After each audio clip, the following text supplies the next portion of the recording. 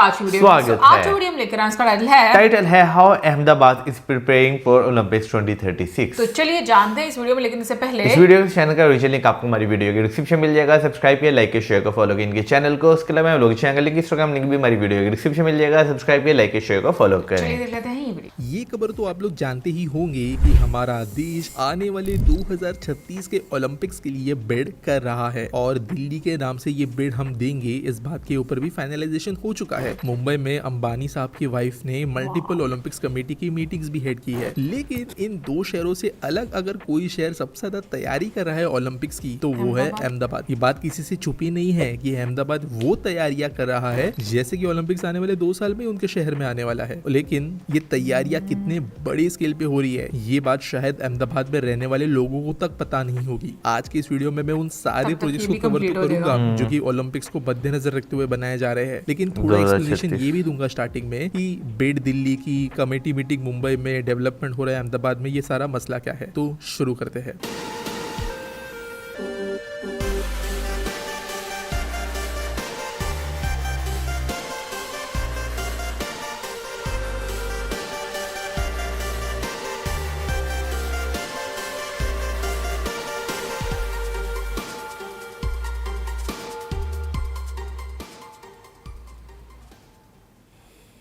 देखो यार, अगर हम पिछले कुछ ओलंपिक्स को ऑब्जर्व करें तो देखा गया है कि पहले की तरह एक सिंगल सिटी के अंदर सारे के सारे इवेंट्स को होस्ट नहीं किया जाता। रिसेंट जो फ्रांस में ओलंपिक्स हुआ, जो पेरिस ओलंपिक्स था, उसको भी अगर देखें तो पेरिस के अंदर सारे इवेंट्स होस्ट नहीं हुए। पेरिस के अलावा कई दूसरे बड़े शहर जो इस बड़े नेशन में थे वहां पे उनको होस्ट किया गया। सिमिलर चीज दूसरे ओलंपिक्स के दौरान भी देखी गई है और इसलिए हाई प्रोबेबिलिटी है कि आने वाले कुछ समय में एक सिंगल सिटी ओलंपिक होस्ट बनने के बजाय हमें कई शहरों में वो फैला हुआ नजर आएगा। इसकी वजह से बिड दिल्ली के नाम से है। हो सकता है मेजर इवेंट्स दिल्ली में हो, लेकिन अलग अलग स्पोर्ट्स अलग अलग शहरों में फैले होंगे, जब पर मुंबई, अहमदाबाद जैसे शहर भी इंक्लूडेड होंगे। और अहमदाबाद सबसे ज्यादा इन्वेस्टमेंट अभी से कर रहा है। चलिए समझते हैं कहाँ कहाँ पे। सबसे बड़ा जो यहाँ पे काम हो रहा है वो है सरदार वल्लभ भाई पटेल स्पोर्ट्स ऑनक्लेव। अब आप सभी ने मोटेरा स्टेडियम या नरेंद्र मोदी स्टेडियम के बारे में सुना ही होगा। 1,32,000 की कैपेसिटी के साथ ये दुनिया का सबसे बड़ा क्रिकेट स्टेडियम है। लेकिन ये बात किसी को पता नहीं होगी कि मोटेरा स्टेडियम जो है ये एक बहुत बड़े स्पोर्ट्स ऑनक्लेव का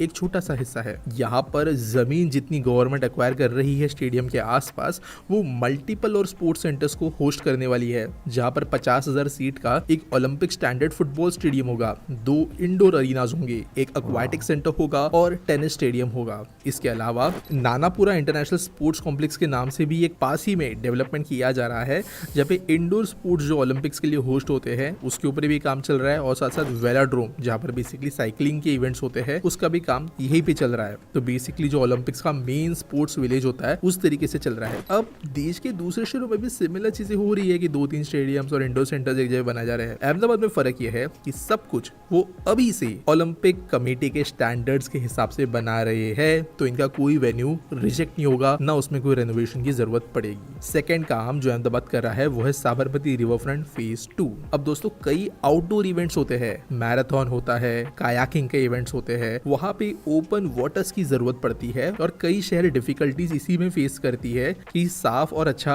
इवेंट होस्ट करने लायक पानी कहाँ पे मिले। साबरमती रिवरफ्रंट प्रोजेक्ट ने ये क्लीनलीनेस का जो इशू है वो तो सॉल्व कर लिया है, लेकिन यहाँ पर साबरमती रिवरफ्रंट फेज 2 प्रोजेक्ट जो है वो यहाँ पर गार्डन्स, बगीचे के बजाय एम्फी थिएटर्स, स्पोर्ट्स इवेंट्स को होस्ट करने जैसी जगह ये 11 किलोमीटर के स्ट्रेच पे डेवलप करने वाला है। यानी कि यहाँ पर कई सारे sports and Olympics related events host किए जा सकेंगे बहुत मिनिमम मॉडिफिकेशंस के साथ। और पहले के जैसे यहाँ पे फूल बागान वगैरह जो है वो कंपैरेटिवली कम होंगे। अब इसके बाद में क्या, आप लोगों को अहमदाबाद मेट्रो के बारे में पता होगा, लेकिन ये नहीं पता होगा कि जो अहमदाबाद की मेट्रो है ये one of the most well connected metros की सबसे बनाई जा रही है। मैंने जो पहले ये प्रोजेक्ट्स कहे, साबरमती रिवरफ्रंट हो गया, मोटेरा स्टेडियम के पास का वल्लभ भाई पटेल स्पोर्ट्स कॉन्क्लेव हो गया, ये सब चीजों को कनेक्ट करते हुए अहमदाबाद मेट्रो दौड़ती होती है। अब मोटेरा स्टेडियम से तो सीधी कनेक्टिविटी है ही, लेकिन गांधीनगर का जो महात्मा मंदिर है, जो बेसिकली एक बहुत बड़ा कन्वेंशन सेंटर है, यहाँ पे इनका मेन एडमिनिस्ट्रेटिव सेंटर है, बड़े 5 स्टार होटल्स वगैरह है, ये सब भी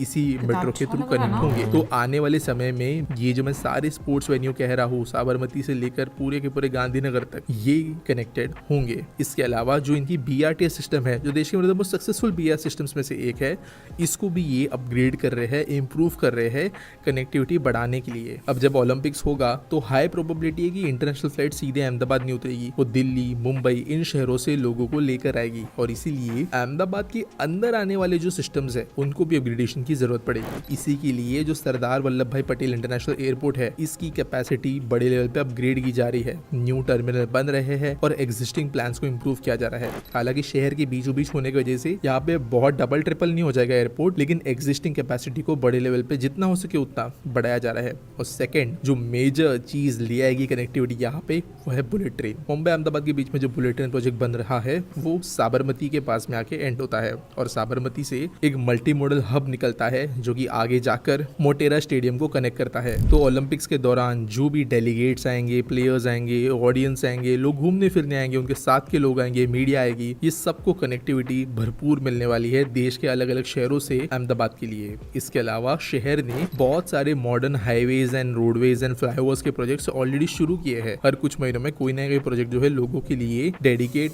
हो जाता है। लेकिन अगर बात करें फिर से ओलंपिक स्पेसिफिक प्रोजेक्ट की, तो एक एथलीट्स विलेज के नाम से भी उन्होंने काम शुरू कर दिया है, जो कि प्लानिंग स्टेज में है। 136 एकड़ का ये डेवलपमेंट होगा जो कि भट्ट में मौजूद होगा, जो कि ओलंपिक पार्टिसिपेंट्स और उनके ऑफिशियल्स के ठहरने की जगह होगी। तो ये आप समझ सकते हो कि कितना ज्यादा आगे का सोचा जा रहा है यहाँ पे। इसके अलावा एक कॉम्प्रिहेंसिव अर्बन डेवलपमेंट प्लान जो है उसको रखा गया है।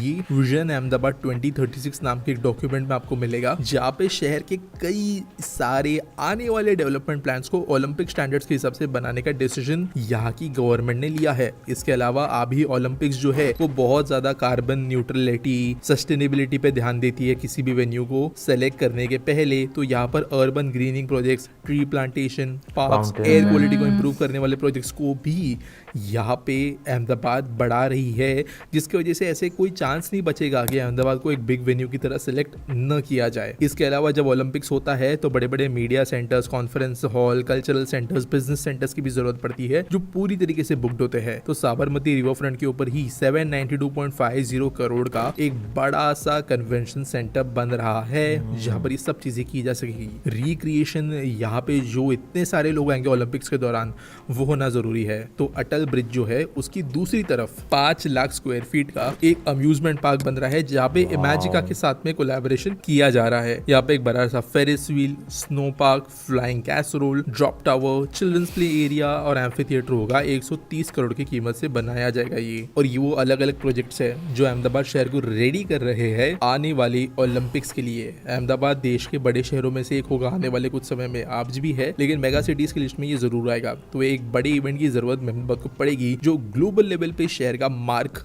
दे सके। ओलंपिक्स को उसी तरीके से यहाँ पे देखा जा रहा है, और देश का कोई ऐसा शहर नहीं है, ना दिल्ली ना मुंबई, जो अभी से 2036 के ओलंपिक्स के लिए कोई प्रिपरेशन करे। अहमदाबाद इस रेस में काफी ज्यादा आगे अभी से पहुंच चुका है। देखते हैं कैसे ये चीजें टर्न आउट होती है। अभी मोर देन 10 इयर्स बचे हुए हैं एक्चुअल इवेंट्स को आने के लिए, तो काफी समय के अंदर काफी चीजें हो सकती है। तो उम्मीद करता हूँ ये वीडियो के जरिए आपको ढेर सारी इन्फॉर्मेशन मिली होगी। मुझे कैसा लगा वीडियो कमेंट सेक्शन में जरूर बताना। बाकी अगर आपके पास में कोई सजेशन है टॉपिक का, तो वो भी आप कमेंट सेक्शन में दे सकते हो। वीडियो अच्छा लगा होगा तो लाइक करना, चैनल को सब्सक्राइब करना, नोटिफिकेशंस ऑन करना, और मिलेंगे अगले वीडियो में। भाई प्लानिंग ना असल में यही होती है कि भाई अभी 11 साल हैं ओलंपिक्स 2036 में, जो है 11 साल हैं, और अभी से आप जो है कनेक्टिविटी, लोगों को क्या क्या वहाँ पे जो है आपने एंटरटेनमेंट देनी है, क्या क्या वहाँ से जो है वो इनकी भरपूर जो आप जो है वो एंटरटेनमेंट दे के रेवेन्यू जनरेट कर सकते हैं, आप उसके बारे में अभी से सोच रहे हैं। और फिर ये भी देखो कि अभी बिड जो है वो आपको सबमिट करनी है, लेकिन आप अपनी तैयारी इस तरह की कर रहे हो कि किसी भी साइड से जो है वो इनकार हो ही ना सके।